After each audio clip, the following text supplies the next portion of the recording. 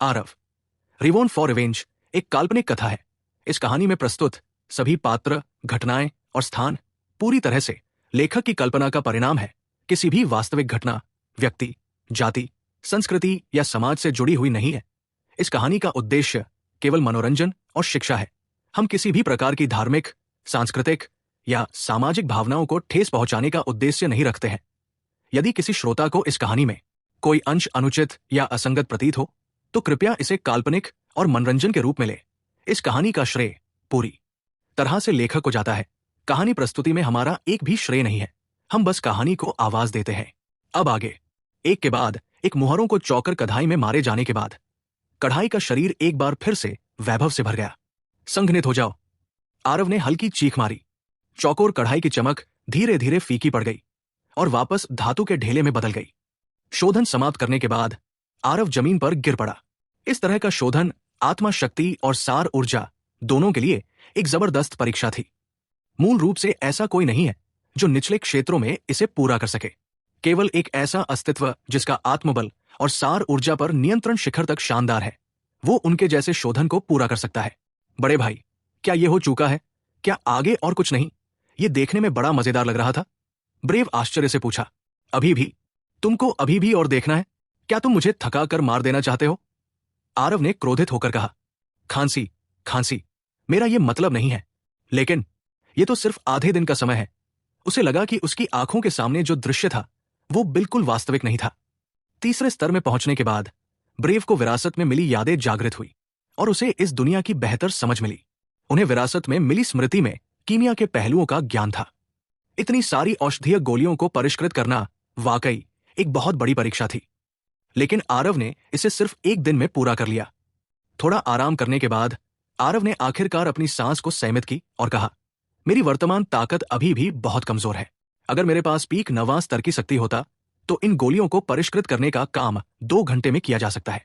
देव ने धीमी आवाज में दहाड़ते हुए हैरान होकर कहा। बड़े भाई, तुम सचमुच एक विचित्र व्यक्ति हो। आरव ने जोर से हंसते हुए बोली, जाओ मेरी मदद करो और देखो औषधीय गोलियों की गुणवत्ता कैसी है। इस बार मेरी सफलता इस कढ़ाई पर निर्भर था। ब्रेव ने जल्दी से गोलियों को देखने के लिए दौड़ा। चौकोर कढ़ाई के अंदर औषधीय गोलियां भरी हुई थी, संख्या शायद 100 से अधिक। उसने उन औषधीय गोलियों को ध्यान से देखा और उसका आंखें आश्चर्य से भर गया। ग्रेड क्या है? आरव ने अधीरता से पूछा। आप वाकई एक संकी है। इस तरह से इतने सारे गोलियों को परिष्कृत करना, और फिर भी ये सब इतनी उच्च गुणवत्ता का है। अंदर का विशाल बहुमत सभी उच्च ग्रेड की औषधीय गोलियां है। अभी भी काफी हिस्सा है जो बेहतर ग्रेड का है, केवल एक बहुत छोटा हिस्सा मध्यम ग्रेड का है। एक भी पारोलौकिक ग्रेड के नहीं। आरव ने आह भरते हुए निराश होकर कहा। पारोलौकिक ग्रेड? ये सब टियर 3 औषधीय गोलियां हैं, वो भी एक साथ इतने सारे। आरव की बातें सुनकर ब्रेव पूरी तरह से अवाक रह गया। दरअसल इस बार शोधन की सबसे बड़ी कमी अभी भी सार ऊर्जा थी। इस तरह का शोधन कीमियागर की सार ऊर्जा के लिए एक जबरदस्त परीक्षण था। अंतिम चरण क्रिस्टल फॉर्मेशन क्षेत्र के ऊर्जा के बिना यह सब कर पाना आरव के लिए बहुत चुनौतीपूर्ण था। ऊर्जा को कायम रखना बहुत कठिन था। सार ऊर्जा के एक हिस्से को 2 हिस्सों में विभाजित करके उपयोग करने का तरीका ही उसके शोधन को सफल बनाने में सहायक हो सकता है। यदि बर्बादी का एक भी निशान होता तो वर्तमान परिणाम प्राप्त करना भी संभव नहीं होता। ठीक है, मैं पहले अपनी ताकत हासिल करूंगा। तुम्हें जो करना है करो, लेकिन ज्यादा मस्ती नहीं। मेरा अंतिम चरण क्रिस्टल फॉर्मेशन तक पहुंचने तक प्रतीक्षा करो, फिर मैं तुम्हारी मदद करूंगा, आरव ने कमजोर स्वर में कहा। ब्रेव ये सुनकर बहुत खुश हुआ और बोला, हाँ, तुम वास्तव में मेरा बड़ा भाई हो जो मुझसे बहुत प्यार करते हो। मैं निश्चित रूप से जल्दी ही 4थे स्तर में पहुंच जाऊंगा। उस समय मैं बड़े भाई की रक्षा करूंगा। आरव ने अपनी आंखें घुमाई और कहा, तुम बच्चे, अगर तुम मुझे नीचे नहीं खींचोगे तो ये बहुत अच्छा होगा। हालांकि उसने मौखिक रूप से ऐसा कहा, लेकिन आरव को पता था कि ब्रेव की ताकत को कम करके नहीं आंका जा सकता है। जब आरव और देवरूप की लड़ाई चल रहा था तब ब्रेव अपनी दूसरे स्तर की राक्षसी जानवर शक्ति के साथ देवरूप को चोट पहुंचाई थी। ये उल्लेखनीय था। यदि तब ब्रेव के पास 4थे स्तर की ताकत होती तो उसके लिए देवरूप से निपटना आसान होता। इसके अलावा आरव ने महसूस किया कि कुछ विकट परिस्थितियों में ब्रेव की शक्ति आश्चर्यजनक तरीके से बढ़ जाता है, जैसे कि उस समय उसकी गति अविश्वसनीय रूप से तेज था। देवरूप पर उसकी अंतिम प्रहार को आरव भी स्पष्ट रूप से नहीं देख पाया। इसके अलावा जब अंतहीन जंगल में ब्रेव की मां अपनी आखिरी सांसें ले रहा था, तब ब्रेव ही था जो बड़े अजगर की फूल तोड़ा था। ये सब दिव्य क्षेत्र का कुछ विशेष राक्षसी जानवरों की शक्ति के जैसे था। इसका मतलब ब्रेव का भविष्य में दिव्य क्षेत्र में घुसना निर्विवाद है। दूसरे दिन आरव पहले से ही अपनी इष्टतम स्थिति में आ गया था और आगे बढ़ने के लिए तैयार था।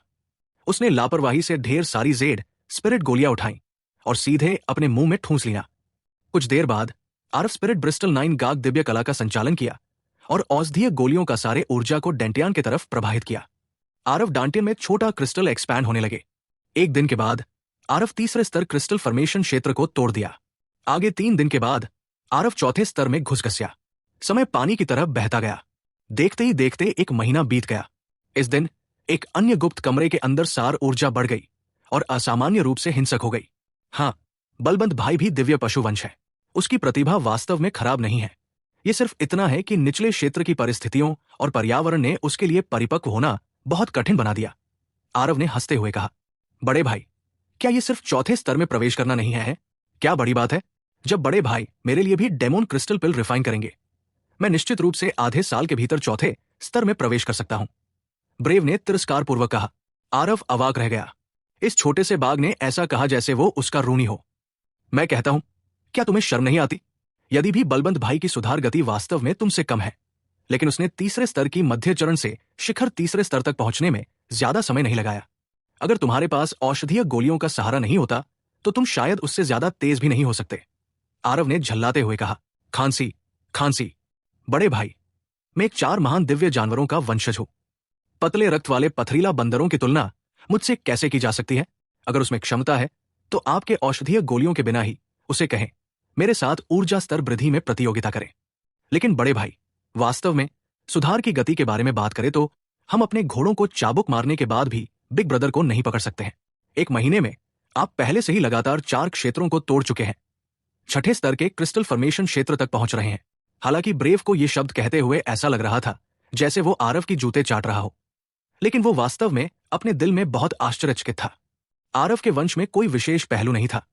उसका शरीर सबसे साधारण आत्मा का शरीर था, लेकिन आरव की सफलता की गति उससे थोड़ी भी धीमी नहीं थी। एक दिव्य पशु संतान से कम नहीं। यह सबसे अजीब था। जब वे बात कर रहे थे, दूसरे गुप्त कमरे में सार ऊर्जा का प्रवाह पहले से ही शांत हो गया था। बलबंत गुप्त कमरे से बाहर चला गया। चौथे स्तर में घुसने वाले बलबंत की आभा पहले से ही पूरी तरह से अलग थी। यह केवल यह देखने के लिए था कि उसने अपने वैभव को अंदर की ओर छिपाया था और उसके शरीर से सार ऊर्जा का एक भी निशान नहीं निकल रहा था। स्पष्ट रूप से उसकी सार ऊर्जा को महसूस नहीं किया जा सकता था, लेकिन ये लोगों को एक अत्यंत शक्तिशाली एहसास देता था। ये अभी भी वह था जो एक दायरे से बाहर निकलने के बाद था और अपनी इच्छानुसार इसे छोड़ने और वापस लेने में सक्षम नहीं था। जब तक वो अपने क्षेत्र को मजबूत नहीं कर लेता, तब तक उस तरह की आत्मा को झकझोर देने वाली, धमकी देने वाली शक्ति कंट्रोल नहीं होंगी और वो सामान्य राक्षसी जानवरों से अलग नहीं दिखेगा। बलवंत भी इसी तरह एक दिव्य जानवर वंशज था। चौथे स्तर में प्रवेश करने के बाद ये 3 क्षेत्रों के बीच में कदम रखने के बराबर था। उसका दिव्य जानवर वंश भी सक्रिय हो जाएगा। उसकी युद्ध शक्ति अत्यधिक दुर्जय हो जाएगा। पत्थरीला बंदर कबीला मूल रूप से लड़ाई में बेहद कुशल था। उनकी युद्ध शक्ति समान श्रेणी के राक्षसी जानवरों से भी कहीं अधिक थी। बस इतना था कि बलवंत की दिव्य जानवर वंश अतीत में सक्रिय नहीं थी और चौंकाने वाली युद्ध शक्ति को उजागर करने में असमर्थ थी। हाँ, बूढ़े बलवंत, चौथे स्तर में प्रवेश करने का एहसास कैसा है? आपकी शक्ल देखकर ऐसा लगता है कि आप कमरे को पूरी तरह से नष्ट करने जा रहे हैं। ब्रेव ने हंसते हुए कहा। वो और बलवंत पहले से ही पुराने दोस्त थे। बलवंत को आगे बढ़ते देखकर वो स्वाभाविक रूप से बहुत खुश था, लेकिन बलवंत ने एक मूर्खतापूर्ण मुस्कान दी और कहा, बस टूट गया। मैं सार ऊर्जा अभी भी स्वतंत्र रूप से नियंत्रित करने में असमर्थ हूं। मैंने यंग मास्टर का उपहास झेला है, लेकिन चौथे स्तर में प्रवेश करने का एहसास वास्तव में बहुत बढ़िया है। मुझे लगता है कि मेरा पूरा शरीर ताकत से भरा हुआ है और मैं एक मुट्ठी में पहाड़ को भी तोड़ सकता हूं। जाहिर है, चौथे स्तर में प्रवेश करने से बलवंत बहुत उत्साहित था। आखिरकार यह कुछ ऐसा था जिसकी वो आरव से मिलने से पहले कल्पना भी नहीं कर सकता था। ऐसा लगता है कि तुम्हारा दिव्य पशु वंश जागृत हो गया है। आरव ने बलवंत के परिवर्तन को देखा और हंसते हुए कहा, यंग मास्टर की आंखें अच्छी है। चौथे स्तर में प्रवेश करने के बाद मैंने विरासत में मिली यादों का एक और हिस्सा जगाया है। इसके अलावा मुझे अपने शरीर के अंदर छिपी एक अत्यंत शक्तिशाली रक्त रेखा शक्ति महसूस होती है। बलवंत ने खुशी से कहा। आरव ने मुस्कुराते हुए सिर हिलाया और कहा, वास्तव में बराबर स्वर्ग ऋषि वानर की संतान होने के योग्य। जब तक आप इस रक्तरेखा शक्ति को बाहर निकाल सकते हैं, आप निश्चित रूप से भविष्य में एक अत्यंत दुर्जेय अस्तित्व होंगे। एक पल के बाद बलवंत अपनी खुशी में डूबे हुए शांत हो गए और अचानक उन्हें एहसास हुआ कि कुछ ठीक नहीं है। हाँ, बलवंत धीरे धीरे सुखद आश्चर्य से विस्मय में बदल गए। हाँ, बूढ़े बलवंत की प्रतिक्रिया वास्तव में धीमी है। अब केवल यह ध्यान में आ रहा है कि कुछ गड़बड़ थी। आपने 1 महीने के समय में केवल एक स्तर को पार किया। बिग ब्रदर बहुत जल्द 5वें स्तर को पार करने जा रहा है और अंतिम चरण क्रिस्टल फॉर्मेशन क्षेत्र में आगे बढ़ेगा, ब्रेव ने उपहास में कहा। बलवंत सदमे से भर गया। 1 महीने के समय में 5 स्तरों को पार करना। आरव अब क्रिस्टल फॉर्मेशन क्षेत्र में था, न कि सार क्यूई क्षेत्र या आत्मा संघनन क्षेत्र में। क्या इतनी बड़ी सफलता की गति बहुत ज्यादा डरावनी नहीं है? दरअसल तार्किक रूप से कहें तो इस स्तर की कठिनाई जिसे बलवंत ने पार किया, आरव के 5 स्तरों की तुलना में कहीं ज्यादा चुनौतीपूर्ण थी। लेकिन समस्या यह थी कि इस्तेमाल किया गया समय बहुत कम था। कुछ साधारण मार्शल कलाकारों के लिए 1 महीने का समय उनके लिए अपने क्षेत्र को मजबूत करने के लिए मुश्किल से ही पर्याप्त है। यहां तक कि उन प्रतिभाशाली मार्शल कलाकारों के लिए भी जो 1 महीने में एक स्तर को पार करना चाहते हैं, यह असंभव है। लेकिन आरव ने 1 महीने के भीतर लगातार 5 स्तरों को पार किया। ठीक है, देर हो चुकी है। चूंकि बलवंत भाई पहले ही पार कर चुका है, इसलिए आप लोग मेरी रक्षा करने में मदद करें। मैं अभी 7वें स्तर के क्रिस्टल फॉर्मेशन क्षेत्र को पार कर जाऊंगा, आरव ने उदासीनता से कहा। बलवंत को अपने दिल में अवर्णनीय झटका लगा। इस गति से आरव का उससे जल्दी ही मिल जाना कुछ और ही था। हालांकि बलवंत को बहुत पहले से पता था कि आरव की साधना में वस्तुतः कोई अड़चन नहीं थी, लेकिन 1 महीने में 5 लोगों को पार करना, इतनी गति अविश्वसनीय थी। आरव ने फिर से बड़ी मात्रा में जेड स्पिरिट पिल निगल लिया और पूरी ताकत से 7वें स्तर के क्रिस्टल फॉर्मेशन क्षेत्र को पार करना शुरू कर दिया। भले ही आरव ने इस जीवन काल में इतने लोगों को न समझा हो, लेकिन सीधे 5 लोगों को पार करना कोई बड़ी बात नहीं थी और उसकी वर्तमान क्षेत्र समझ पहले से ही वर्तमान मानकों से बहुत अधिक थी।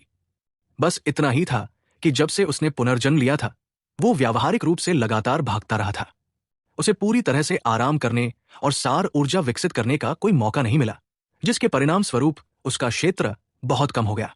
अब 5 क्षेत्रों को पार करना वास्तव में पानी की तरह था, जो सही परिस्थितियों में बिना किसी बाधा के बहता था। जब औषधीय गोलियां पेट में प्रवेश किया तो धीरे धीरे एक सार ऊर्जा तूफान बना, जो पूरे छिपे हुए कमरे को एक हिंसक तूफान में डुबो दिया। जब बलवंत ने यह दृश्य देखा तो वो अतुलनीय रूप से हैरान रह गया। क्या यंग मास्टर ने इस 1 महीने के दौरान इस तरह से क्षेत्रों को पार किया? बेशक, बड़े भाई ने क्षेत्रों को पार करते हुए इस महान बाघ मेरी शैली को अपनाया है। हम दोनों कैंडी की तरह औषधीय गोलियां खाते रहें और स्तर बढ़ाते रहें।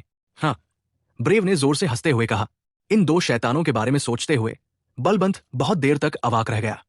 पथरीला बंदर कबीले के पास वास्तव में शक्तिशाली शरीर है, लेकिन वो भी इस तरह से औषधीय गोलियां खाने की हिम्मत नहीं कर पाएगा। वो मर जाएगा। बलवंत का पहले 4थे स्तर में पहुंचने की खुशी इस समय पहले से ही खत्म हो चुकी थी और बुरी तरह से नष्ट हो चुकी थी। उसे गहराई से पता चला कि जल्द ही वो इन 2 शैतानों से पूरी तरह से पीछे रह जाएगा।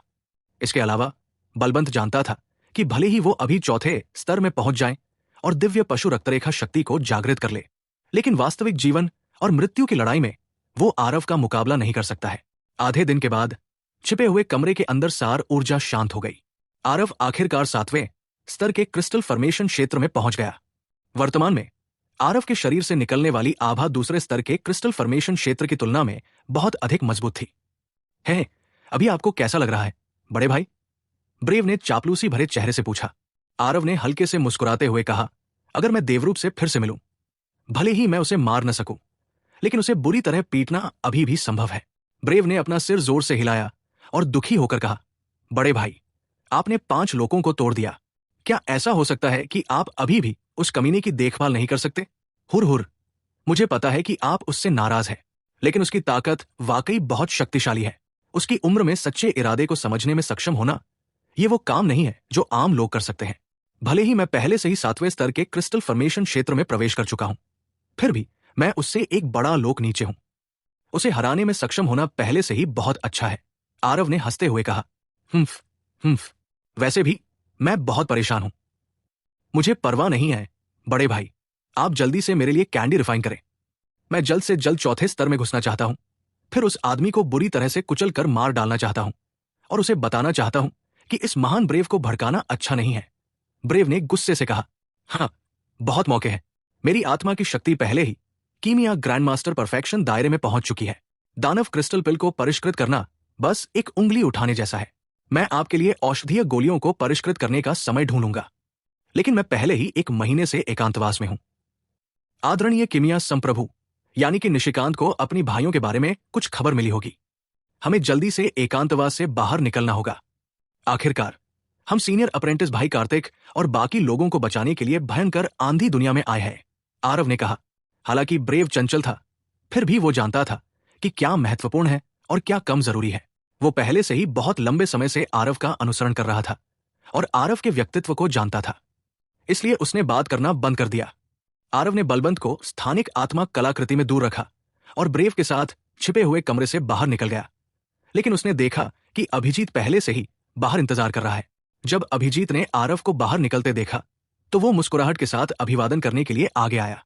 लेकिन जब उसने आरव को देखा तो उसकी चेहरे पर मुस्कान तुरंत जम गई। छोटे जूनियर भाई, तुम 7वें स्तर। हे भगवान! अभिजीत जैसा कीमिया किंग विशेषज्ञ भी इस समय बोलने में कुछ असंगत था। हाँ, आपके छोटे भाई को कई क्षेत्रों में सफलता मिली है। बड़े वरिष्ठ भाई को इतना चौंकने की जरूरत नहीं है, आरव ने ठहाका लगाते हुए कहा। उसे बहुत पहले से पता था कि एकांतवास से बाहर निकलने पर उसके वरिष्ठों को झटका लगेगा, लेकिन वो इसे इतना परेशान भी नहीं हो सकता था। वो अभिजीत और बाकी लोगों को झटका न लगने देने के लिए आगे बढ़ना बंद नहीं कर सकता था, है ना? इसके अलावा भयंकर तूफान दुनिया में हर जगह खतरे भरे थे। अगर आरव ने अभी भी अपना क्षेत्र नहीं बढ़ाया तो उसके पास खुद को बचाने के लिए पूंजी भी नहीं होगी। भाग्यशाली। कैसे मैं चौंक कैसे न जाऊं? छोटे जूनियर भाई, मुझे लगा कि तुम इस 1 महीने में गोलियों को परिष्कृत करने के लिए एकांतवास में हो। यह सोचना कि तुमने वास्तव में एक ही सांस में लगातार 5 क्षेत्रों को तोड़ दिया। अभिजीत ने कड़वी मुस्कान के साथ कहा। हाँ, गोलियों को परिष्कृत करना स्वाभाविक रूप से आगे बढ़ने के लिए भी है, आरव ने ठहाका लगाते हुए कहा। अभिजीत की अभिव्यक्ति फिर से अजीब हो गई। उसने आश्चर्य से कहा, वे औषधीय जड़ी बूटियां तुम अकेले नहीं खा सकते। तुम नहीं खा सकते। आरव को मुस्कुराते हुए अपना सिर हिलाते हुए देखकर अभिजीत ने लगभग अपनी जीभ काट ली। तुम मजाक कर रहे हो? 1 महीने का समय, इतनी सारी औषधीय जड़ी बूटियों को औषधीय गोलियों में परिष्कृत करना और 5 लोगों को भी पार करना, क्या यह मजाक था? अभिजीत का सामना करते हुए आरव जानता था कि वो इसे छिपा नहीं सकता, इसलिए उसे उससे इसे छिपाना ही नहीं चाहा। छोटे जूनियर भाई, तुम सच में एक संकी हो। अभिजीत ने एक लंबी सांस ली और कहा, मैंने तुम्हें पहले ही चेतावनी दी थी कि लोगों को पार करने की जल्दी मत करो, लेकिन तुम बस नहीं माने। इस तरह से आगे बढ़ना तुम्हारी भविष्य की साधना को प्रभावित करेगा। हालांकि लगातार 5 लोगों को तोड़ना बहुत ही भयानक था, लेकिन इससे नींव का अस्थिर होना स्वाभाविक था। यह बात अभिजीत के लिए बहुत स्पष्ट थी। ईमानदारी से कहूं तो जब उसने आरव को यहां बिल्कुल स्वस्थ खड़ा देखा तो उसे पहले से ही लगा कि यह एक चमत्कार है। लेकिन आरव ने मुस्कुराते हुए कहा, बड़े भाई, चिंता करने की जरूरत नहीं है। मैं अपने भविष्य को मजाक नहीं मानूंगा। मैं इसलिए डर गया था कि मेरी नींव अस्थिर हो जाएगी, इसलिए मैंने 5 लोगों को तोड़ दिया। यह सुनकर अभिजीत अवाक रह गया। अभिजीत को वास्तव में नहीं पता था कि उसे अपनी भावनाओं को कैसे व्यक्त करना चाहिए। नींव के अस्थिर होने से नहीं डरना क्या कहलाता है? 5 स्तरों को एक साथ तोड़ना क्या कहलाता है? सार ऊर्जा की खेती एक कठिन प्रक्रिया थी। यहां तक कि अधिक प्रतिभाशाली मार्शल कलाकार भी इस तरह स्तरों को तोड़ने की हिम्मत नहीं कर सकते हैं। अभिजीत ने अब आरव के साथ बहस न करने का फैसला किया। वो इस मामले की रिपोर्ट अपनी मास्टर को देने का सोचा और मास्टर को आकर आरव से भविष्य में ऐसा न करने का आग्रह करने देने के लिए सोचा। ठीक है, तुम जीत गए। अभिजीत अवाक रह गया। आरव ने मुस्कुराते हुए कहा, क्या बड़े वरिष्ठ भाई के लिए यहां विशेष रूप से मेरे लिए प्रतीक्षा करने के लिए कोई मामला है? अभिजीत ने सिर हिलाया और कहा, मास्टर ने कुछ दिन पहले आपको निर्देश दिया था कि आप बाहर निकलने के तुरंत बाद उसे खोजने जाएं। ये कहते हुए कि आपसे चर्चा करने के लिए कुछ महत्वपूर्ण है। मैंने अनुमान लगाया कि आपको आज ही एकांतवास से बाहर निकल जाना चाहिए, इसलिए मैं यहां आपका इंतजार करने आया हूं। आरव का दिल धड़क उठा। क्या ऐसा हो सकता है कि उसके भाइयों के बारे में मामले के बारे में सुराग मिले हों? बहुत बहुत धन्यवाद ज्येष्ठ वरिष्ठ भाई, मैं अभी मास्टर से मिलने जाऊंगा। आरव ने हाथ जोड़कर धन्यवाद दिया। 1 मिनट रुको, अभिजीत ने अचानक कहा। क्या ज्येष्ठ वरिष्ठ भाई के पास अभी भी कुछ है? आरव ने उत्सुकता से पूछा। मास्टर से मिलने से पहले शायद आपको किसी से मिलना होगा। हाँ, कौन? आरव उलझन में था। वो राजधानी में ज्यादा लोगों को नहीं जानता था, फिर भी लोग उसे ढूंढने क्यों आएंगे? जब तुम आगंतुक देखोगे तो तुम्हें पता चल जाएगा। जब आरव ने उसे आते देखा तो वो एक भयावह भावना से बच नहीं सका। युवा मास्टर दक्ष, मैं आपसे दूसरी मिस को बचाने की विनती करता हूं। मैनेजर डेविड ने आरव की बाह पकड़ी और सीधे घुटनों के बल बैठ गया। उसके बूढ़े चेहरे पर आंसू बह रहे थे। आगंतुक वास्तव में बजाज परिवार के फोर सीज बिल्डिंग के मैनेजर डेविड का था। उसकी नाक सिकोड़ती हुई सूरत देखकर आरव का दिल भी अनजाने में धड़क उठा। उसने जल्दी से मैनेजर डेविड को सहारा दिया और पूछा, चिंता मत करो डेविड जी, धीरे धीरे बात करो। मिस कोयल को क्या हुआ? मैनेजर डेविड ने सिसकते हुए कहा, दूसरी मिस उसने आज सुबह 9 नेदरसोल शटरिंग पाउडर खा लिया। इस समय पहले से ही आरव की भौहें तंग गई और उसने कहा, चलो रास्ते में बात करते हैं। बात खत्म करके आरव ने मैनेजर डेविड को सीधे खींच लिया और हवा के झोंके की तरह चला गया। अभिजीत एक पल के लिए झिझका और उसके साथ हो लिया। रास्ते में तीनों लोग हवा की तरह तेजी से आगे बढ़े, लेकिन आरव भी कमोबेश घटनाओं के क्रम को समझ गया था। ग्रांड पिल असेंबली के बाद से बजाज परिवार ने प्रबंधन के 70% अधिकार नए सिरे से हासिल कर लिए। परिवार की स्थिति भी बेहतर हो गई कोयल के लिए, लेकिन जीवन साथी खोजने की मार्शल प्रतियोगिता का मामला पहले ही बिगड़ चुका था, जिसे वापस नहीं लाया जा सकता था। बजाज परिवार में भी वादा वापस लेने का आत्मविश्वास नहीं था। फिर भी कोयल शादी नहीं करना चाहती थी। इस एक महीने में वो पूरी तरह से उदास थी। इस बीच कोयल एक बार आरव को खोजने भी आई, लेकिन आरव एक बंद एकांत में थी, असहाय होकर देखते हुए कि जीवन साथी खोजने की मार्शल प्रतियोगिता का दिन धीरे धीरे करीब आ रहा था। कोयल भी धीरे धीरे उदास हो गई। किसी ने नहीं सोचा होगा कि वो आज रात वास्तव में 9 नेदरसोल शटरिंग पाउडर निगलेगी। 9 नेदरसोल शटरिंग पाउडर एक बहुत ही भयंकर चौथे स्तरीय जहर था। यह खून के संपर्क में आने पर मौत का कारण बन सकता था। जब तक एक नौकरानी को कोयल का पता चला, तब तक वो पहले से ही गंभीर रूप से जहरीली हो चुकी थी और लाइलाज थी। यहां तक कि किमिया राजा ब्रह्मकेश भी समझ नहीं पा रहा था कि क्या किया जाए। लेकिन मैनेजर डेविड को अचानक प्रेरणा मिली और उसने किमिया पर्वत जाकर मदद मांगने की मानसिकता बना ली। उसे लगा कि वो संयोग से आरव से टकरा गया है, जो एकांतवास से बाहर आया था। ये मूर्ख औरत। आरव ने क्रोध से अपने दांत पीस लिए। जब से कोयल ने ग्रैंड पिल असेंबली में उसका समर्थन करने के लिए खड़ा हुआ, आरव ने पहले से ही उसे एक दोस्त के रूप में माना लिया है। दोस्तों के प्रति आरव स्वाभाविक रूप से उसे निष्क्रिय रूप से मरते हुए नहीं देखेगा। दोस्तों के लिए जी जान लगा देना ये उसकी एक आदत, कम एक प्रकार का प्रवृत्ति ज्यादा है। लेकिन वो अभी भी कोयल की मूर्खतापूर्ण हरकतों के प्रति बहुत क्रोधित था। शादी नहीं करना चाहते, आप शादी से भाग सकते हैं, घर से भाग सकते हैं, पागल होने का नाटक कर सकते हैं। आपको इस तरह की मूर्खतापूर्ण विधि का उपयोग क्यों करना पड़ा? जब आरव कोयल के कक्ष में पहुंचा तो जगह पहले से ही अव्यवस्थित थी। सच में कोयल की कीमिया प्रतिभा कनिष्क की तुलना में अधिक मजबूत थी। भविष्य में उनकी उपलब्धियां असाधारण होने के लिए बाध्य थी, लेकिन अब उनकी पीढ़ी की एक कीमिया प्रतिभा राजधानी के दोहरे निरपेक्षता की अद्वितीय सुंदरियों में से एक वास्तव में इस तरह से मारने वाली थी। इसने कई लोगों को लगातार आहें भरने पर मजबूर कर दिया। आरव ने जब ब्रह्मकेश को देखा तो उसकी आंखें लाल हो गई थी। जाहिर है उसका दिल भी टूट गया था। आरव को देखकर ब्रह्मकेश को आश्चर्य हुआ, लेकिन फिर भी वो अभिवादन करने के लिए आगे आया। मैंने युवा गुरु दक्ष को देखा है। उस दिन 7वें राजकुमार द्वारा दंड मांगने के लिए छड़ी लेकर आने की बात ने पहले ही पूरी राजधानी में सनसनी मचा दी थी। हर कोई जानता था कि 8वें शिष्य का चेहरा, जिसे आदरणीय किमिया संप्रभु ने देखा था, वो इतना बड़ा था कि आसमान को छू रहा था। उसने वास्तव में 7वें राजकुमार को दंड मांगने के लिए छड़ी लेकर घुटने टेकने को कहा और अपनी गलती स्वीकार करने के लिए मजबूर किया। राजधानी में आरव को सबसे अच्छी तरह समझने वाला कोई और नहीं बल्कि बजाज परिवार था। ब्रह्मकेश के दिल में आरव के प्रति विस्मय और श्रद्धा भी थी। वो एक किमिया राजा, आदरणीय किमिया संप्रभु के सामने कुछ भी नहीं था। लेकिन आरव का रवैया अच्छा नहीं था। उसने ठंडे स्वर में उपहास किया और कहा, तुम उसके पिता के रूप में वास्तव में सर्वोच्च कोटि के हो, जो वास्तव में अपनी ही बेटी को मृत्यु के लिए मजबूर कर रहे हो। ब्रह्मकेश की अभिव्यक्ति फीकी पड़ गई, लेकिन उसने खंडन नहीं किया। उसने एक गहरी सांस ली और कहा, हालांकि मैं परिवार का मुखिया हूं, मेरे पास भी कोई विकल्प नहीं है।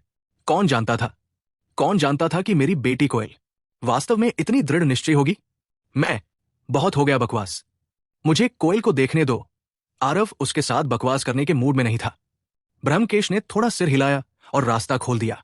आरव हवा के झोंके की तरह अंदर भागा। जेड बिस्तर पर कोयल ने एक सादा लेकिन सुरुचिपूर्ण सफेद पोशाक पहनी हुई थी। वहां चुपचाप लेटी हुई थी, जैसे कि वो सो रही हो। कोयल को देखकर आरव ने आखिरकार राहत की सांस ली। उसकी क्यूई अभी पूरी तरह से नष्ट नहीं हुई थी। जब तक उसकी क्यूई नहीं कटी, आरव उसे वापस ला सकता था। सब लोग मेरे लिए बाहर जाओ। आरव कोयल को सहारा देने के लिए आगे बढ़ा और चिल्लाने के लिए मुड़ा। वहां बहुत से बजाज परिवार के बुजुर्ग मौजूद थे। स्थिति को देखकर उनकी भौहें तन गई। दक्ष, तुम क्या हो जो हम पर इस तरह चिल्लाने की हिम्मत कर रहे हो?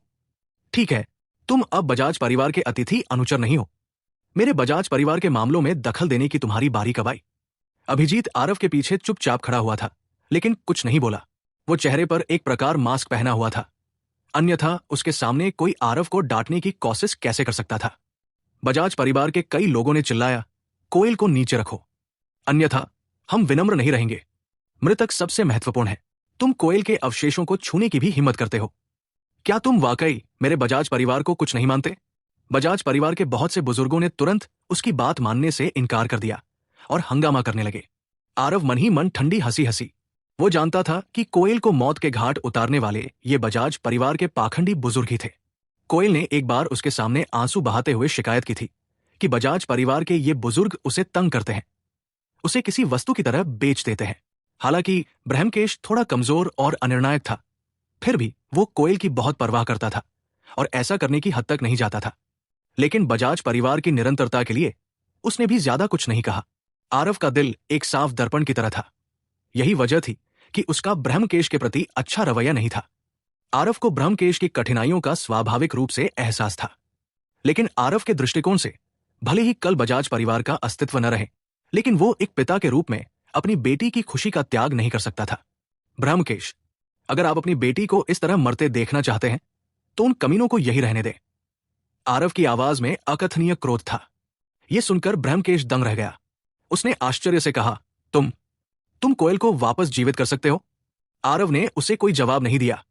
उसने बस ठंडे स्वर में कहा, मैं नहीं चाहता कि ये मक्खियां मेरे कानों के आसपास लगातार भिनभिनाती रहें। दक्ष, तुम वाकई हमें गंदगी और मक्खियां कहने की हिम्मत करते हो? ब्रह्मकेश, इस बदमाश की बकवास मत सुनो। कोयल पहले ही जहर खाकर मर चुकी है। अगर आदरणीय किमिया संप्रभु यहां आए तो भी वो उसे नहीं बचा सकते हैं। ब्रह्मकेश, एक परिवार के मुखिया के रूप में क्या आप एक बाहरी व्यक्ति को यहां हंगामा करते हुए देखेंगे?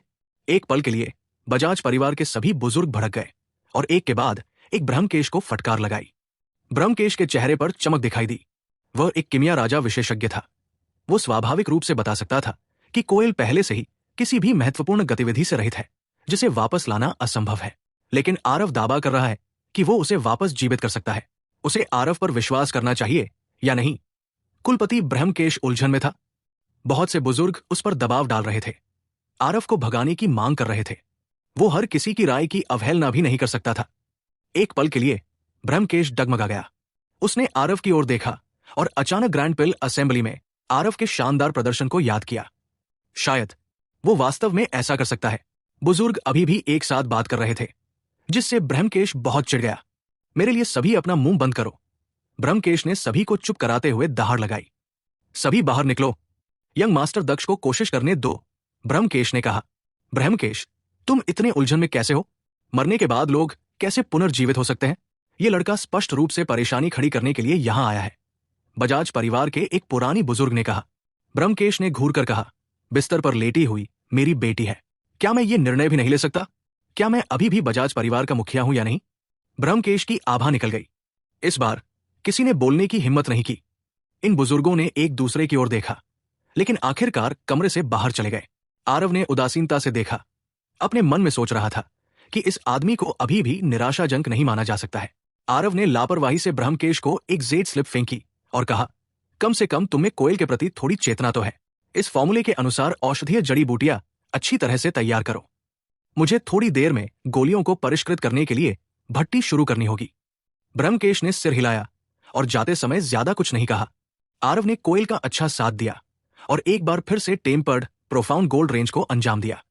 लगभग 1 घंटे बाद कमरे के बाहर इंतजार कर रहे सभी बुजुर्ग काफी अधीर हो गए। ओ ब्रह्मकेश, वो लड़का खिलवाड़ कर रहा है। तुम भी उसके साथ दे रहे हो। तुम एक किमिया राजा हो। तुम भी ये तय कर चुके हो कि कोल मर चुका है, वो उसे कैसे जिंदा कर सकता है? अब उसने हम सभी को यहां से भगा दिया और कोल के कक्षों में अकेला रह गया। औचित्य की भावना कहाँ है? बोलने वाला एक बजाज परिवार का बुजुर्ग था, जो काफी ऊंचे पद पर था। एक महान कदम किमिया राजा भी। उसका नाम केशव था। जब से बजाज परिवार ने औषधीय गोली के बाजार पर कब्जा किया है, इन बुजुर्गों का आत्मविश्वास एक एक करके बढ़ता गया। उन्हें पूरा भरोसा था कि बजाज परिवार इन 10 सालों पर भरोसा करके एक बार फिर उठ खड़ा होगा। अतीत में जब वे बाहर जाते थे तो उन्हें दूसरों की तुलना में छोटा महसूस होता था, लेकिन अब जब वे बाहर गए तो उनके सिर आसमान की ओर उठे गए। केशव की बात सुनकर ब्रह्मकेश ने भौहें सिकोड़ी, लेकिन कुछ नहीं बोला। केशव जितना बोलता गया उतना ही वो क्रोधित होता गया। केशव ने भाले की नोक को कोल की ओर तानते हुए अड़ियल अंदाज में कहा, कोयल, ये लड़की वाकई बजाज परिवार ने इसे इतना बड़ा किया और यहां तक कि इसे उच्च श्रेणी की कीमिया ग्रैंडमास्टर बनाने के लिए तैयार किया। कितने संसाधन खर्च किए गए। अब जब बजाज परिवार को इसकी जरूरत है तो इसने ऐसा कुछ किया। ये वाकई हमारे दिलों को बहुत ठंडा कर देता है। उसकी मौत कोई मायने नहीं रखती, लेकिन आप खत्री और पटेल परिवारों को कैसे हिसाब देंगे? ये सही है कोयल, ये लड़की वाकई अपमानजनक है। केशव के ऐसा कहने पर कई बुजुर्गों ने तुरंत सहमति जताई। जब केशव ने देखा कि हर कोई उसके पक्ष में खड़ा है तो वो और भी उत्साही हो गया और आगे बोला, जैसा कि मैंने कहा, कोल, ये लड़की नहीं जानती कि उसके लिए क्या अच्छा है। क्या ये सिर्फ किसी से शादी करना नहीं है? कौन सी लड़की शादी नहीं करती? साथ ही पटेल परिवार और खत्री परिवार के वे 2 युवा स्वामी पुरुषों के बीच ड्रैगन है। क्या ऐसा हो सकता है कि वे अभी भी कोयल के अयोग्य हैं? ठीक इसी समय एक तीक्ष्ण ठंडी हत्या की मंशा ने अचानक हमला किया। केशव को अभी ये समझ में नहीं आया था कि क्या हो रहा है। जब उसका गला पहले से ही एक हाथ से कसकर पकड़ा हुआ था, वो बोल नहीं पा रहा था। आरव ने केशव को दीवार पर चिपका दिया और ठंडे स्वर में कहा, तुम बस एक और निंदक शब्द कहने की कोशिश करो। खांसी खांसी खांसी, मुझे छोड़ दो। केशव के दोनों पैर सीधे थे, लेकिन प्रतिरोध करने की हिम्मत नहीं हुई। इस समय आरव को बस सार ऊर्जा थूकनी थी और वो इस पुराने जीवन का दावा कर सकता था। आरव को हत्या की मंशा से भरा हुआ देखकर बजाज परिवार के सभी बुजुर्गों को ठंड लग गई। ये लड़का केवल एक क्रिस्टल फॉर्मेशन क्षेत्र मार्शल कलाकार था। वो इतना मजबूत कैसे हो सकता है? हालांकि केशव एक कीमियागर था, वो किसी भी दर पर 7वें स्तर का सी ट्रांसफॉर्मेशन क्षेत्र मार्शल कलाकार था। उसे प्रतिक्रिया करने का मौका भी नहीं मिला और आरव ने उसे दीवार पर चिपका दिया। तुम मूर्खों की टोली हो।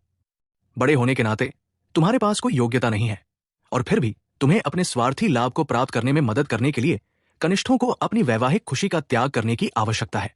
सच में हास्यास्पद। तुम सबने कोयल का पालन पोषण किया, वो पहले से ही काफी अच्छा कर रही है। इन वर्षों में एक छोटी लड़की के रूप में उस पर कितना दबाव था। तुम इन बूढ़े लोगों ने पीठ पीछे इशारे करने के अलावा और क्या किया है? आरव के शब्द क्रोध से भरे हुए थे, जिससे सभी को लगातार ठंड लग रही थी। दक्ष, ये बजाज परिवार है। हम तुम्हें इतना अहंकारी कैसे होने दे सकते हैं? हम जो करते हैं वो बजाज परिवार का अपना मामला है। अब तुम्हारे पास आकर परेशान होने की बारी नहीं है। जल्दी से बुजुर्ग केशव को जाने दो, एक अन्य बुजुर्ग ने गंभीरता से कहा। आरव ने पलटकर उस बुजुर्ग को ठंडे अंदाज में देखा। वो अचानक मुस्कुराया और बोला, क्या ऐसा है? उस वरिष्ठ आरव के आभा मंडल से प्रभावित हुआ और पीछे हटने से खुद को रोक नहीं पाए। तुम क्या करने की कोशिश कर रहे हो?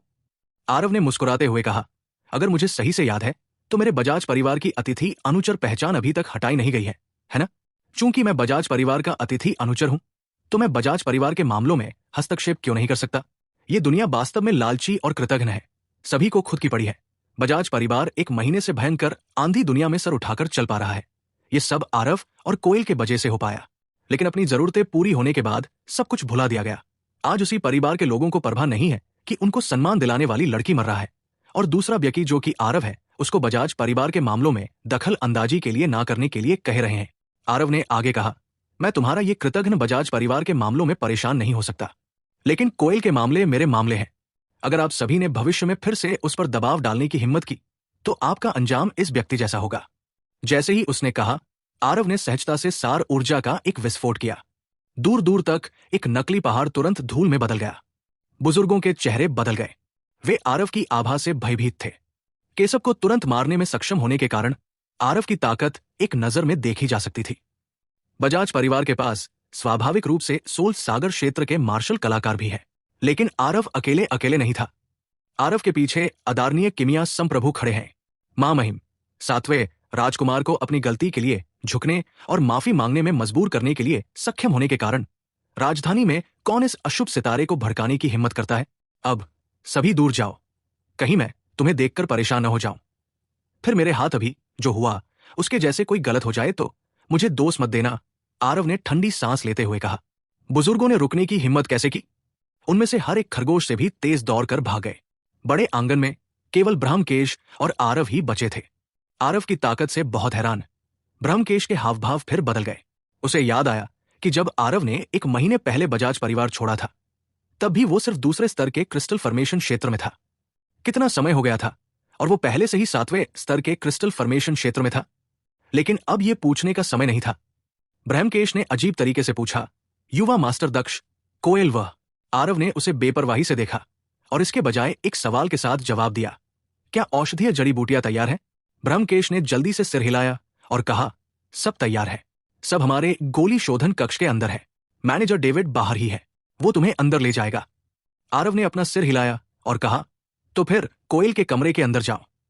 कोयल के जागने में अभी भी कुछ समय है। मैं अभी जाकर विषहरण की गोली तैयार करता हूं। तुम उसका अच्छे से ख्याल रखना। हालांकि वो बहुत पहले से तैयार था, फिर भी ब्रह्मकेश का पूरा शरीर कांप उठा और उसने अविश्वास से पूछा, तुम सच में उसे वापस जिंदा कर दोगे? आरव ने उसे एक नजर देखा और शांत भाव से कहा, क्या यह हो सकता है कि तुम अपनी बेटी को मरते हुए देखना चाहते थे? कुछ घंटे बाद जेड बिस्तर पर एक सुंदरी ने कमजोरी से दोनों आंखें खोली। ब्रह्मकेश बहुत खुश हुआ और बोला, कोयल, तुम जाग गई हो। पिताजी। जब ब्रह्मकेश ने अपनी आंखें खोली तो कोयल ने उसे देखा, लेकिन उसने जिद करके अपना सिर घुमा लिया और फिर से देखने को तैयार नहीं हुई। ब्रह्मकेश को दिल का दर्द महसूस हुआ और उसने एक कमजोर आह भरी और कहा, कोयल, पिताजी जानते हैं कि तुम्हारे दिल में कोई द्वेष है, लेकिन पिताजी भी असहाय है। कोयल ने अभी भी अपना सिर नहीं घुमाया और एक शब्द भी कहने से इनकार कर दिया। ब्रह्मकेश का दिल ऐसा था जैसे उसे ब्लेड से काटा जा रहा हो। वो जानता था कि उसकी बेटी पहले से ही उससे बेहद निराश है। ठीक है, तुम पिताजी की बातें सुनने को तैयार नहीं हो, लेकिन तुम दक्ष की बातें सुनने को तैयार हो, है ना? ब्रह्मकेश ने गहरी सांस ली और कहा। कोयल का शरीर कांप उठा जब उसने ये सुना और अपना सिर घुमाने से खुद को रोक नहीं पाई। उसकी आंखें संदेह से भर गई। ब्रह्मकेश अपनी बेटी के विचारों को जानता था और उसने समझाया, ये पिता असमर्थ था। जब मैंने पाया कि तुम्हें जहर दिया गया था, तो पिता पहले से ही कुछ भी करने में असमर्थ थे। ये दक्ष की चमत्कारिक क्षमता थी जो मृतकों को पुनर्जीवित कर सकती थी, जिसने वास्तव में तुम्हें चमत्कारिक रूप से वापस जीवन में ला दिया। कोयल की आंखें विस्मय से भरी हुई थी। वो स्पष्ट रूप से 9 नेदरसोल शटरिंग पाउडर की विषाक्तता के बारे में किसी और से ज्यादा जानती थी। इसे एक बार लगाने पर मौत हो सकती है। कई घंटों तक जहर रहने के बाद यह मूल रूप से सुधार से परे था। दक्ष वास्तव में उसे वापस ला सकता था। इसके लिए कितने शानदार चिकित्सा कौशल की आवश्यकता थी? वो कहाँ है? कोयल ने हल्के से कांपते हुए पूछा। ब्रह्मकेश ने फिर से आह भरी और कहा, कोयल, मुझे पता है कि तुम्हें कुछ शब्द सुनना पसंद नहीं होगा, लेकिन पति पत्नी के बीच वैवाहिक प्रतिस्पर्धा पहले से ही अपरिहार्य है। अन्यथा अगर हम एक ही समय में 2 पटेल और खत्री परिवारों को नाराज करते हैं, तो हमारे बजाज परिवार के लिए भविष्य में राजधानी में पैर जमाना बहुत मुश्किल हो जाएगा। यह सुनकर कोयल ने अपने पिता को निराश होकर देखा। ब्रह्मकेश ने अपनी दिल में दर्द महसूस की। वो जानता था कि वो एक अच्छा पिता बन नहीं पाया, लेकिन परिवार के नेता होना कोई छोटी जिम्मेदारी नहीं थी। लेकिन शायद परिवार और अपनी बेटी को खुश रखने का एक तरीका मिल चुका है। अपनी बेटी की भावनाओं को उत्तेजित होते देख ब्रह्मकेश ने जल्दी से कहा, पहले तुम उत्तेजित मत हो जाओ, पहले मेरी बात सुनो। शायद इस अनसुलझे मामले को अब उलटने का मौका मिल गया है।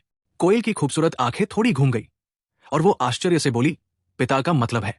ब्रह्मकेश ने सिर हिलाया और कहा, यह सही है। अगर तुम वाकई 2 पटेल और खत्री परिवारों में शादी करने के लिए तैयार नहीं हो, तो शायद तुम ये मामला दक्ष पर ला सकती हो। मुझे लगता है अगर यह दक्ष होता तो तुम मना नहीं करती, है ना? ब्रह्मकेश की बातें सुनकर कोयल का शुरू में कमजोरी के कारण पीला चेहरा टमाटर के जैसे लाल हो गया। कोयल को खंडन करने के लिए मुद्रा बनाते हुए, लेकिन तुरंत शर्माते हुए देखकर ब्रह्मकेश ने हल्की सी आह भरी और कहा, वास्तव में ग्रैंड पिल असेंबली के दौरान मैंने पहले ही आपके विचारों को समझ लिया था। दक्ष को आदरणीय किमिया संप्रभु द्वारा शिष्य के रूप में लेने के बाद उनकी स्थिति भी पटेल और खत्री परिवारों के साथ एक ही स्तर में उल्लेख करने के लिए पर्याप्त थी। यदि आप दोनों को एक साथ लाया गया था तो यह भी निषिद्ध नहीं है। यह सिर्फ वाक्य का पहला भाग सुनकर कोयल वास्तव में अपने दिल में थोड़ा खुश हुई, लेकिन जब उसने 2 शब्द सुने तो कोयल का दिल अनायास ही डूब गया और उसने कमजोर रूप से पूछा, यह सिर्फ क्या है? मैंने कभी नहीं सोचा था कि आप ऐसा दृढ़ संकल्प करेंगे। मुझे डर है कि तुम प्यार के लिए तरसते हुए फूल गिरा रही हो, जबकि वो एक बेरहम बच्चा को तुम्हारी भावनाओं का परवाह नहीं है। ब्रह्मकेश ने आह भरते हुए कहा। कोयल का दिल अनजाने में जोर से धड़क उठा जब उसने बिना किसी शर्त के कहा, अगर उसे मुझमें कोई दिलचस्पी नहीं है तो उसने मेरी मदद क्यों की? बच्ची, पिता वो व्यक्ति है जो इन सब से गुजर चुका है। आखिरकार मैं तुमसे ज्यादा स्पष्ट रूप से चीजों को देख सकता हूं। हालांकि मुझे नहीं पता कि वो बजाज परिवार में क्यों आया। दक्ष निश्चित रूप से किसी तरह का लक्ष्य लेकर आया था। यही कारण था कि पिता ने जानबूझकर उसे और कार्तिकेयन को आमने सामने होने देने का एक नासमझी भरा फैसला किया। कौन जानता था कि अप्रत्याशित बुवाई से बगीचे में फूल खिलेंगे? दक्ष वास्तव में बजाज परिवार का रक्षक बन गया। ईमानदारी से पिता ने वास्तव में उस समय अविश्वास के कारण उसे पूरी तरह से क्रोधित कर दिया था। अगर तुम उसका जोरदार तरीके से समर्थन करने के लिए खड़े नहीं होते तो शायद वो पहले ही अपनी आस्तीनें फड़फड़ाकर चला जाता। ब्रह्मकेश की बातें सुनकर कोयल और भी हैरान हो गया। चूंकि ऐसा है तो क्या इससे और भी ज्यादा पता नहीं चलता? साफ तौर पर ब्रह्मकेश ने अपना सिर हिलाया और कहा, ठीक इसी वजह से ये और भी ज्यादा स्पष्ट हो गया कि उसके मन में तुम्हारे लिए मर्द और औरत वाली भावनाएं नहीं हैं, बल्कि दोस्ती के रिश्ते हैं। अगर वो तुम्हारे कारण बजाज परिवार में आया होता तो निश्चित रूप से पिता के अविश्वास के कारण उसे इतना गुस्सा नहीं आता। वो ग्रैंड पिल असेंबली में भी इतना कमजोर प्रदर्शन नहीं करता। लेकिन कोशिश करो कि तुम और पिता उसे बहुत महत्व दें। हालांकि मुझे नहीं पता कि क्यों ग्रैंड पिल असेंबली के दौरान कुछ ऐसा हुआ होगा जिसने उसे पूरी तरह से क्रोधित कर दिया होगा, जिससे उसने कार्तिकेयन को पूरी तरह से नष्ट कर दिया। यहां तक सुनते ही कोयल का चेहरा तुरंत फिर से कागज की तरह पीला पड़ गया। जो लोग इस मामले में करीब से नहीं जुड़े थे वे स्पष्ट रूप से नहीं देख पा रहे थे, लेकिन ब्रह्मकेश के इस तरह से विश्लेषण करने पर ही कोयल को पता चला कि उसका प्यार एक तरफा थी। फिर से बेकाबू होकर साफ आंसुओं की एक धारा बह निकली। कोयल, तुम्हें ऐसा होने की जरूरत नहीं है। इस मामले में अभी भी कुछ बदलाव हो सकता है, ब्रह्मकेश ने कहा। कोयल ने आंसुओं में कहा, पिता को मुझे सांत्वना देने की जरूरत नहीं है। मैं तुम्हें सांत्वना नहीं दे रहा हूं। बच्ची, शायद तुम इस मामले में वाकई लड़ सको। पहले मुझे भरोसा नहीं था, लेकिन अब मुझे 70% भरोसा है, ब्रह्मकेश ने कहा। 70% भरोसा कैसे? कोयल ने संदेह से पूछा। ब्रह्मकेश ने सिर हिलाया और कहा, यह सही है। दक्ष को बजाज परिवार में अपने उद्देश्य पूरे करने चाहिए, इसलिए मुझे बिल्कुल भी भरोसा नहीं था। मैं भविष्य में किसी बड़ी हस्ती को नाराज करने से डरता था, इसलिए मैंने अपना मुंह नहीं खोला। लेकिन आज तुम्हारे मामलों के माध्यम से मैं ये निष्कर्ष निकाल सकता हूं कि दक्ष एक ऐसा व्यक्ति है जो संपर्क और भाईचारे को बहुत महत्व देता है। अगर आप वाकई पटेल और खत्री परिवार में शादी करने के लिए तैयार नहीं हैं, तो शायद आप आरव को कुछ करने के लिए कहो, और इसके बाद दोनों परिवार और दक्ष अगल तारीके से कहें तो दोनों परिवार और किमिया पर्वत एक दूसरे के साथ भीड़ जाएंगे। 7वें राजकुमार के मामलों से पता चला कि आदरणीय किमिया संप्रभु दक्ष को बहुत महत्व देते हैं। मुझे लगता है कि उसके स्वभाव के हिसाब से वो आपको आग के गड्ढे में कूदते हुए नहीं देखना चाहेगा। कोयल की आंखें चमक उठीं, लेकिन बहुत जल्दी ही फीकी पड़ गई। एक लड़की के लिए, खास तौर पर कोयल जैसी बेमिसाल खूबसूरती के लिए, अपनी प्यार और 2 कुलीन परिवार को लड़ाना समाज में क्या कहलाएगा? इसके अलावा ब्रह्मकेश ने अभी अभी ये स्पष्ट कर दिया था कि आरव के मन में उसके लिए सिर्फ दोस्ती की भावनाएं थी। क्या होगा यदि दक्ष देखेगा कि लड़की उसकी इस्तेमाल कर रही है और वो उसे दूरी बनाने लगेगा? ये न करके शायद वे अभी भी दोस्त हो सकते थे। एक बार जब उसने खिड़की के शीशे के कागज में छेद कर दिया तो शायद वे अब दोस्त भी न रहें। ये वो नतीजा नहीं था जो कोयल चाहती थी। निराशा सबसे बड़ा दुख था। उस समय उसे मरने से भी बुरा लगेगा। कोयल स्पष्ट रूप से एक चरम आंतरिक संघर्ष में फंस गई थी। मुझे पता है कि यह तुम्हारे लिए भी कुछ हद तक क्रूर है, लेकिन यह पहले से ही सबसे अच्छी योजना है जो पिताजी सोच सकते हैं। सबसे महत्वपूर्ण बात, तुम दक्ष से प्यार करती हो, है ना? दक्ष पहले ही बहुत देर से बाहर इंतजार कर रहा है। मैं अभी उसे बुलाता हूं। तुम उसे बताओ या नहीं, यह तुम पर निर्भर करेगा। ब्रह्मकेश ने हल्की आह भरी और मुड़कर चला गया। कोयल ने यह नहीं देखा कि जिस क्षण वो मुड़ा, ब्रह्मकेश की आंखों में रोशनी की एक किरण चमक उठी। यह सच था कि ब्रह्मकेश ने अपनी बेटी की खातिर ऐसा कहा था, लेकिन इससे भी महत्वपूर्ण बात यह है कि एक बार आरव और कोयल एक हो गए तो ये बजाज परिवार के अल्केमिस्ट एसोसिएशन इस विशाल बैनर के करीब आने के बराबर होगा। संबंध की इस परत के साथ कोई भी राजधानी में बजाज परिवार की स्थिति को हिला नहीं सकता था। आदरणीय किमिया संप्रभु ने वास्तव में आरव के लिए शाही परिवार को मंजूरी देने का साहस किया। यह देखा जा सकता था कि वो इस शिष्य को कितना महत्व देता था। एक बार जब दोनों लोग विवाह सूत्र में बंध गए तो राजधानी की कीमिया दृश्य में व्यवस्था फिर से बदल जाएगी। और ग्रैंड पिल असेंबली को अब और आगे बढ़ाने की आवश्यकता नहीं होगी। ये ब्रह्मकेश की गहरी स्तर की योजना थी। कोयल के विचार शुद्ध थे। वो ब्रह्मकेश जैसे धृत लोमड़ी के इतने गहरे विचारों को कैसे समझ सकती थी, जिसके बारे में बात करते हुए भले ही वो इसे समझ ले, वो सबसे अधिक संभावना है कि वो पीछे देखे बिना आरव का दिल थामना चाहेगी, है ना? तो क्या होने वाला है कहानी में आगे? क्या आरव कोयल के लिए राज परिवार के बाद दो बड़े कुलों के खिलाफ जाएगा, या आरव कोई दूसरा रास्ता खोज लेगा? क्या यहां कोई प्रेम कहानी का फूल खिलने का संभावना दिख रहा है, या ये सिर्फ कोयल का एक तरफा प्यार बनकर ही रह जाएगा? चलिए ये सारे सवालों का जवाब अगले कुछ एपिसोड में सुनते हैं।